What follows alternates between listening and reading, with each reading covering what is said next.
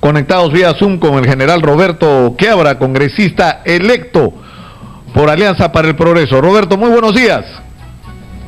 Nicolás, ¿cómo estás? Buenos días. En primer lugar, hemos escuchado las razones de César Acuña con respecto al respaldo a la candidatura de Keiko Fujimori, pero a mí me interesa particularmente conocer las tuyas. O sea, Roberto Quiabra, general retirado del ejército peruano, ¿por qué respalda a Keiko Fujimori en esta elección? Porque hasta donde se conoce, tú fujimorista nunca fuiste. Nosotros no vemos el tema así. Tú no puedes reducir el tema a una persona, a un partido. Esto es un tema de orden nacional. Acá lo que está en juego es la democracia. Y nadie lo puede dudar. Tú tienes una organización política que es marxista, leninista, maoísta, le vas a regalar tan fácil lo que nos costó 20 años. Que ya te olvidaste de Nicolás. 20 años de violencia, destrucción y muerte, donde un resentido social convenció a otros resentidos que había que destruir el Perú para sobre su ruina construir la República Popular de Nueva Democracia. 20 años. 20 años lo que no lograron ellos por la vía de las armas y ahora han cambiado de fórmula y aprovechan las debilidades de nuestro Estado para llegar al poder tan fácil que nos olvidamos de todo. Porque ellos dicen, ahora, pero tú, somos marxistas, pero comencemos por ahí. ¿Lo dicen o no lo dicen? Comencemos por ahí. Entonces, porque el discurso... ellos no proponen, tú los escuchas, y no, ellos no proponen. Ellos amenazan con imponer. Esa es la diferencia que hay entre la democracia y otro sistema. Cuando buscamos nosotros por qué estamos en esta situación y queremos buscar causas irresponsables, no busquemos a los responsables entre los muertos. ¿No? Hay muchos que hablan de los españoles, del virreinato, el gobierno del general Velasco.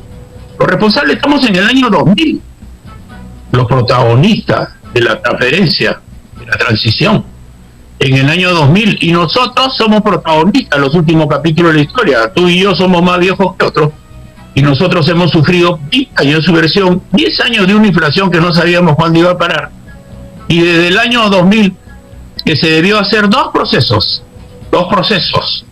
el de la guerra a la paz y el de la reforma al Estado. El de la guerra a la paz para ver cómo sancionábamos a los subversivos, qué hacíamos con los arrepentidos, con los retornantes, qué reglas de conducta le íbamos a imponer a todos aquellos que iban cumpliendo su condena, y no lo hicimos. ¿Qué cosa hicimos en el 2000? Echamos la culpa de todas las Fuerzas Armadas y la pusimos contra la pared. Ellas eran las culpables de los excesos del Estado y ellas son las culpables del autogolpe. Y aparecieron dos grupos, los que se apropiaron de la victoria y los que se apropiaron de la verdad. Yo te condecoro, tú me condecoras, y busquémonos un día para celebrarnos y los otros que comenzaron a apropiarse de la verdad y tomaron como dos botines políticos la educación y la cultura. Cuando nosotros nos preguntamos por qué nuestros chicos y los jóvenes no conocen lo que sucedió entre el 80 y el 2000, recuerda que la educación la tuvo con nadie. En el año 2013 se dio una ley para que los sancionados por terrorismo no siguieran enseñando a nuestros niños. Y recién se dio el reglamento del 2017. Les regalamos 20 años. Les hemos regalado 20 años para estar en este momento de una fragilidad de memoria. No, Nicolás, esto no se trata de defender una persona ni un partido. Esto se trata de sistema. Y yo lo decía el día de ayer. Sí, pero preguntémonos a los venezolanos. Yo te pregunto, Nicolás, preguntémonos a los venezolanos. 1,5 millones que está en nuestro país, que tiene ¿cuántos años? 25, 26 años. Si el hecho de que estén aquí en nuestro país no es consecuencia del voto equivocado de sus padres hace 22 años. No, mira, si en algún lugar le hemos dado espacio, ya que hablas de los venezolanos, es a los venezolanos, es acá en Exitosa, ¿no? Donde hemos insistido sobre que esto es un tema. Y si en algún espacio se ha hablado sobre esto que has hablado tú ahorita, es decir, que de repente nos quedamos sin una estrategia, que dimos porque la guerra ya había terminado cuando no ha terminado. O sea, no ha terminado solamente desde el punto de vista de las consecuencias, digamos, y el tratamiento y la diferenciación entre los que estaban arrepentidos y querían reincorporarse a la sociedad y aquellos sobre los que había que mantener vigilancia. Y el hecho de que la organización fundada por Aymar Guzmán sigue existiendo, pero en fin, ahora a lo que voy es a esto. El profesor Pedro Castillo dice, yo soy católico, el domingo empieza su su mensaje en el debate, dando gracias a Dios por estar donde está. O sea, él hace esfuerzos por decir que él digamos, el marxismo-leninismo no comulga. ¿Tú no crees ese discurso de Pedro Castillo? O sea, porque no sé quién lo decía ayer, creo que ha sido Hernando Ceballos, decía este ejemplo, ya para terminar la idea. Decía, lo que ha pasado con Pedro Castillo es lo mismo que ha ocurrido con Hernando de Soto y Avanza País. Avanza País era un partido que no tenía candidato y Hernando de Soto era un candidato que no tenía partido, entonces se encuentra. Pedro Castillo era un candidato que no tenía partido y Perú Libre era un partido y se encuentra. Es decir, que supuestamente no hay raíces y compromisos más profundos. ¿Tú crees eso? ¿Que eso es posible? ¿Que Castillo sea una cosa y Cerrón otra o no? Te pregunto. Pero está justificando, eso es el mismo Hernando Ceballos, que es parte de ese grupo, está justificando. Sí, claro. El partido, yo te digo, el partido Perú Libre no dice que es marxista, leninista, maoísta. Y no nos sorprende. Claramente. Tú no ves a los principales, a los más conocidos dirigentes que se toman fotos y salen sonrientes con la foto de Mao, de Lenin, de Castro atrás. Nunca lo ves con la foto de un héroe nacional. Más por ahí nunca lo ves con la bandera. Nunca lo ves cantando el himno. Ese es el problema. ¿Sabes qué? El problema es ese. Mira su forma de hablar. Ellos no proponen. Ellos amenazan con imponer. ¿O no es así? Ahora, ¿cómo hemos llegado a esta situación, Roberto? O sea, falta de unidad, Nicolás, hablamos mucho falta de unidad en términos casi académicos, ¿no? De que en el Perú había una gran paradoja, hemos crecido en términos macroeconómicos, pero esto no se ha manifestado en una mejora de la calidad de la vida de la gente. Pero si tú trasladas eso al escenario político, lo que te genera es molestia, resentimiento, indignación, hartazgo y encima el barniz de corrupción encima de todo, ¿no? Es decir, un espectáculo vergonzoso de los políticos, ¿no? Haciendo cola para ir a la cárcel. ¿Cómo llegamos a esta situación, Roberto? Hemos llegado porque no hicimos lo que se debió hacer en el año 2000. Porque en el año 2000 lo primero que teníamos que hacer era consolidar la victoria militar. Porque a Sendero, como bien tú lo has dicho, a Sendero solamente se le derrotó militarmente, pero no política ni socialmente. Dos cosas. Esa zona que hoy día conocemos como Brain es la zona más golpeada por la influencia senderista durante los 20 años de guerra subversiva. Y se produjo por el abandono del Estado. Lo copó la ideología senderista. Y el Estado, que tenía que consolidar la victoria militar con la presencia política, económica y social, lo abandonó. Ahora lo ha ocupado el narcotráfico. Sácale el narcotráfico al Brain y ¿de qué te sirve? Hay algunos que dicen, los hermanos Pipi, yo digo que son guardianes del narcotráfico. Y sí, pero lo consideran igual que si fuera un huachimán de un chifa. No, pues, es la principal cocina de cocaína del mundo. Preguntémonos nosotros cómo es que entran grandes cantidades de insumos químicos que nadie controla y cómo es que sale, toda la droga se pasea por todo el Perú y llega a los puertos. Nadie hace nada. Estamos ciegos, como fue ciegos cuando creció la subversión. Y lo otro es que se aprovecharon, pues. Si le echan la culpa de todo a las Fuerzas Armadas, donde un Estado democrático se empleó en conjunto para defender la democracia y proteger a sus ciudadanos, y después los abandonas y le dices que cada uno se defiende solo, entonces comenzamos a vivir en un país que hemos vivido engañados. Y resulta que en el año 2017 el Bajato comienza a desnudar lo que somos, como Estado y como nación. Un Estado penetrado por la corrupción. Y viene el COVID, y el manejo del COVID nos demuestra que tenemos un Estado incompetente. Entonces, hoy en día tenemos un Estado incompetente, de baja calidad de gestión y atravesado por la corrupción. No he escuchado a ninguno de los candidatos decir, cuando la primera pregunta que le hicieron a la reforma del Estado, decir que no podemos seguir teniendo 18, 19 ministerios con funciones superpuestas, sin responsabilidad definida y atravesado por esta corrupción. Ninguna política que se aplique va a tener éxito en nuestro país. Ese es un cambio para adelante, no mantenernos igual. Tenemos un Estado que no ha sabido manejar la pandemia y recién ahora sabemos que son 180.000 muertos. Yo te digo, 180.000 muertos, ¿cómo tú podías decir que tu estrategia sanitaria era eficiente si estabas ocultando o no sabías los muertos? Es como si tú estuvieras en la guerra y te dijeran que no tienes bajas y te han bajado un batallón con 800 soldados. Esa es la mentira en que hemos estado viviendo. ¿Y quién ha estado manejando la salud y la educación en nuestro país? Hemos vivido engañados, hemos vivido en una economía artificialmente desarrollada, porque no se trasladó ese crecimiento a los servicios básicos esenciales. Básico. 2, la educación y la salud. Yo te pregunto ahora, ¿quién se preocupa en la educación? Ni el profesor. En Argentina ha habido hace poco un enfrentamiento entre el presidente y el gobernador de Buenos Aires con los padres, porque el presidente, con la ola de contagios y de muertes, que están falleciendo 600 diarios, suspendió la educación presencial. Y en el Perú vamos a perder los niños 2 años sin educación presencial. ¿Qué se ha hecho en estos 2 años? ¿Se están reparando los colegios públicos que dan pena y vergüenza para que puedan ir a la educación presencial? Entonces, cuando tú escuchas al actual ministro de Educación que le preguntan ¿cómo va a ser regreso a la educación presencial? Le dicen gradual, flexible, segura, acordada, inodora, incolora, insípida.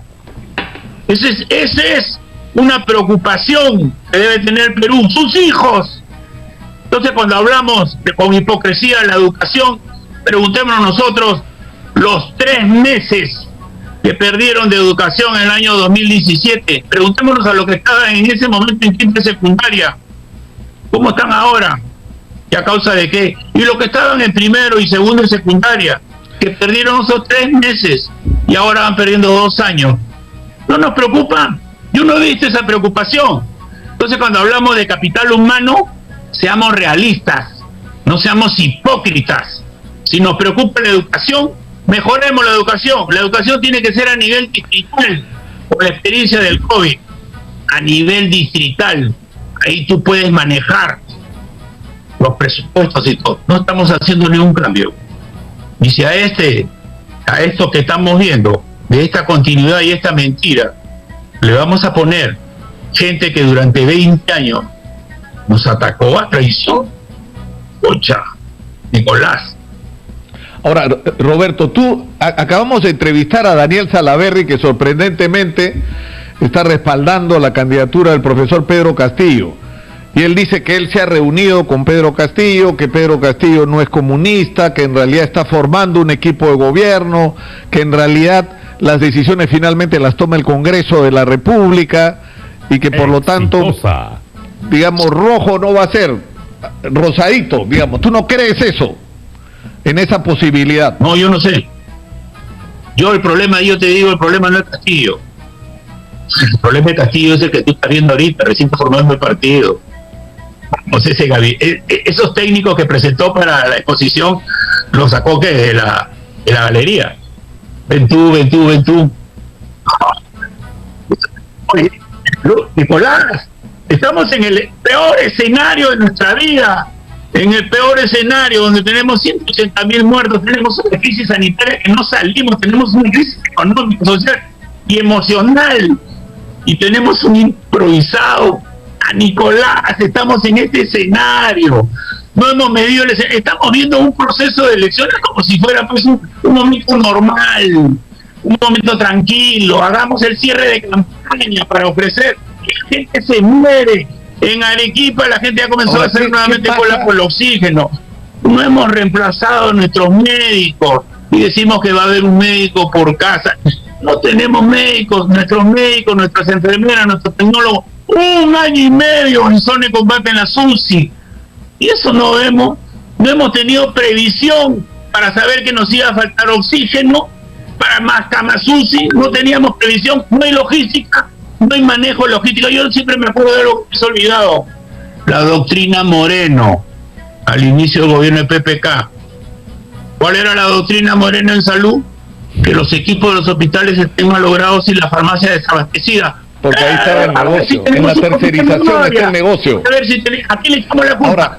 Ahora, mira, el presupuesto de salud del año 2000, y mira el presupuesto de salud de hoy día, el presupuesto de educación del año 2000 y de hoy día, compáralo con el presupuesto de defensa. Exitosa. El más bajo de su historia. el más bajo de su historia, y tú tienes a las Fuerzas Armadas en todo el Perú haciendo de todo, cada día más. Y en el 2000, ¿qué nos dijeron? Que se vayan a sus cuarteles y no vuelvan a salir más. Hoy día, nadie se atreve a devolver a sus Fuerzas Armadas a los cuarteles. Entonces leamos la realidad, Nicolás, leamos la realidad. Tú y yo y todos los peruanos que están vivos somos protagonistas de este capítulo de la historia. Nosotros no estamos leyendo un libro, a nosotros no nos pueden contar porque lo estamos viviendo.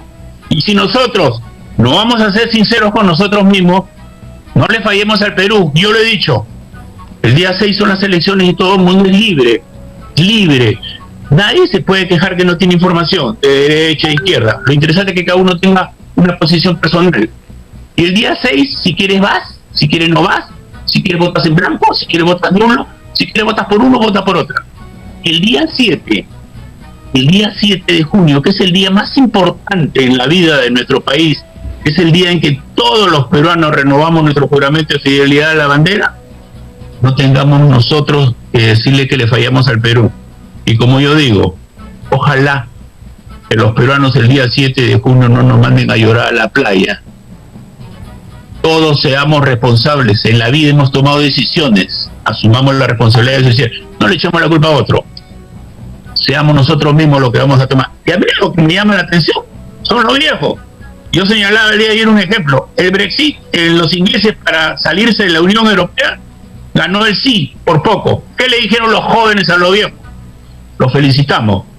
Salvaron ustedes su presente, que le va a durar poco tiempo por la edad, pero nos fregaron nuestro presente y nuestro futuro, que tiene mucho largo. Aquí en el Perú, los viejos son los que van a salir masivamente a defender el presente y el futuro de los jóvenes. Mira tú, ¿o qué cosa crees? ¿Por qué lo están haciendo los viejos que ya no tienen ni siquiera la posibilidad de ir a votar o no? Porque ya lo sufrimos.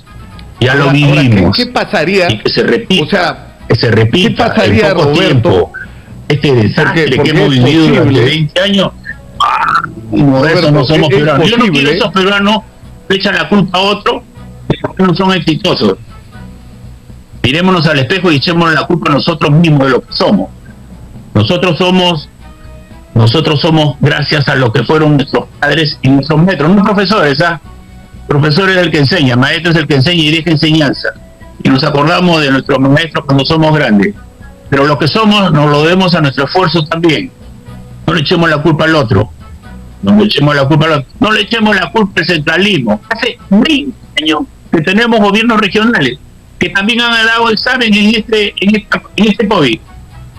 20 años donde era una forma de acercar el Estado a los ciudadanos con los gobernadores regionales. ¿Quién ha hablado de los gobernadores regionales? Hay que repensar.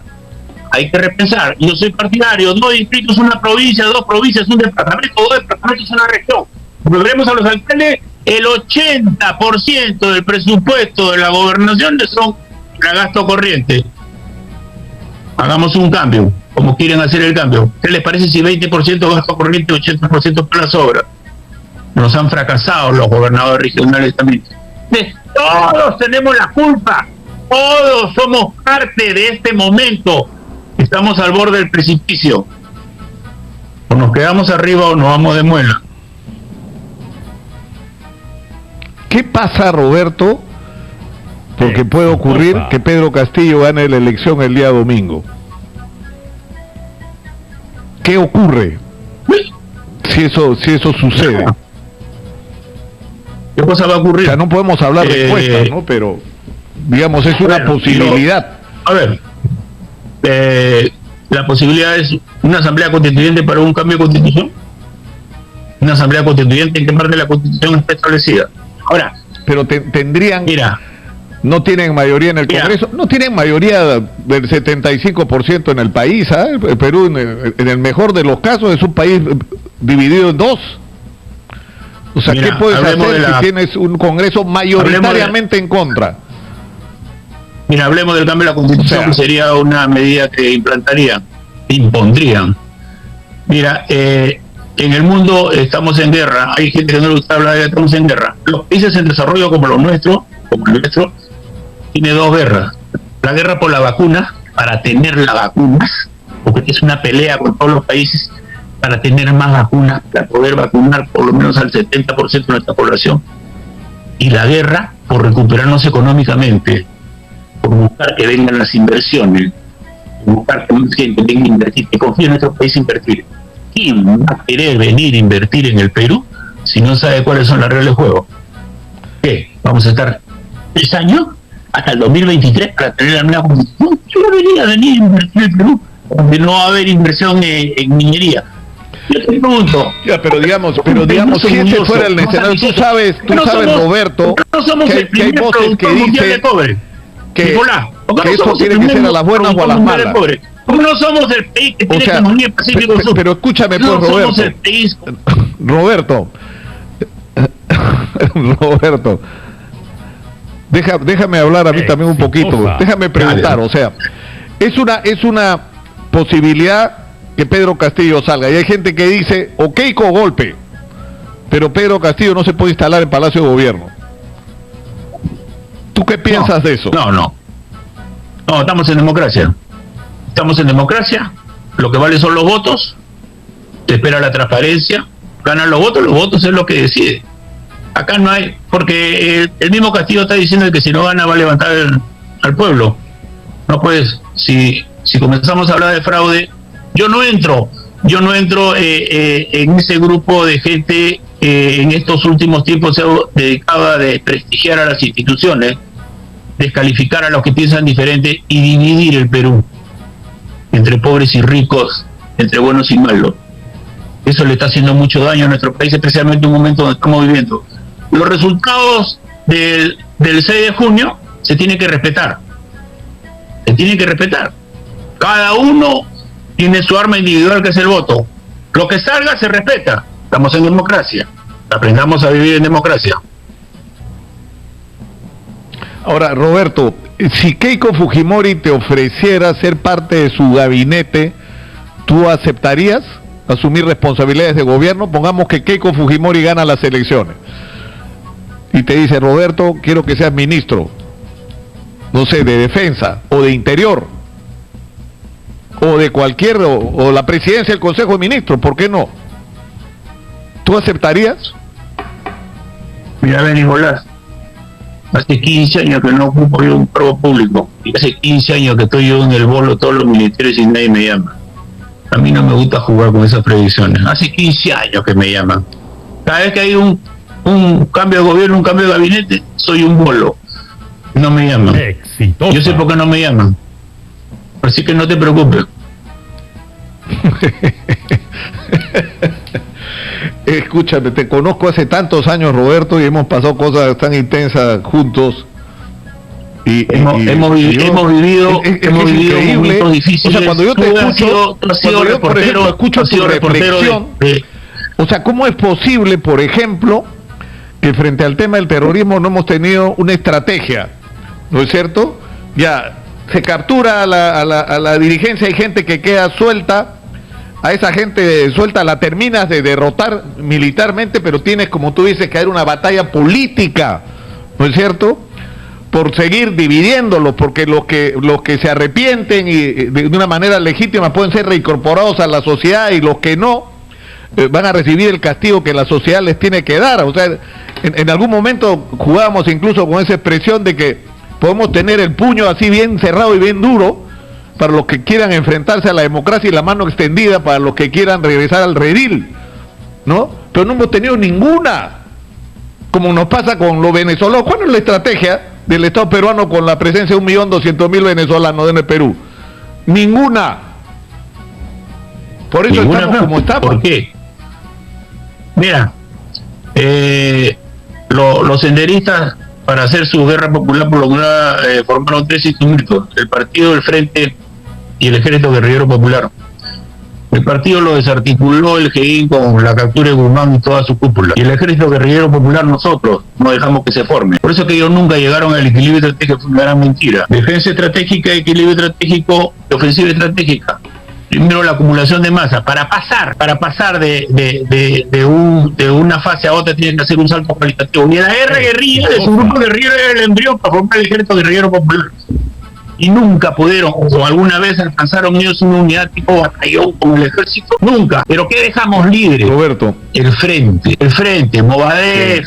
Sí. Movadef. ¿Para Sí. qué vas a buscar tú a Sendero Albright si tienes a Movadef, que todo el mundo dice, es el brazo político de Sendero, ya se ha querido escribir como partido político? Roberto, lamentablemente, Roberto, lamentablemente tenemos que terminar esta conversación.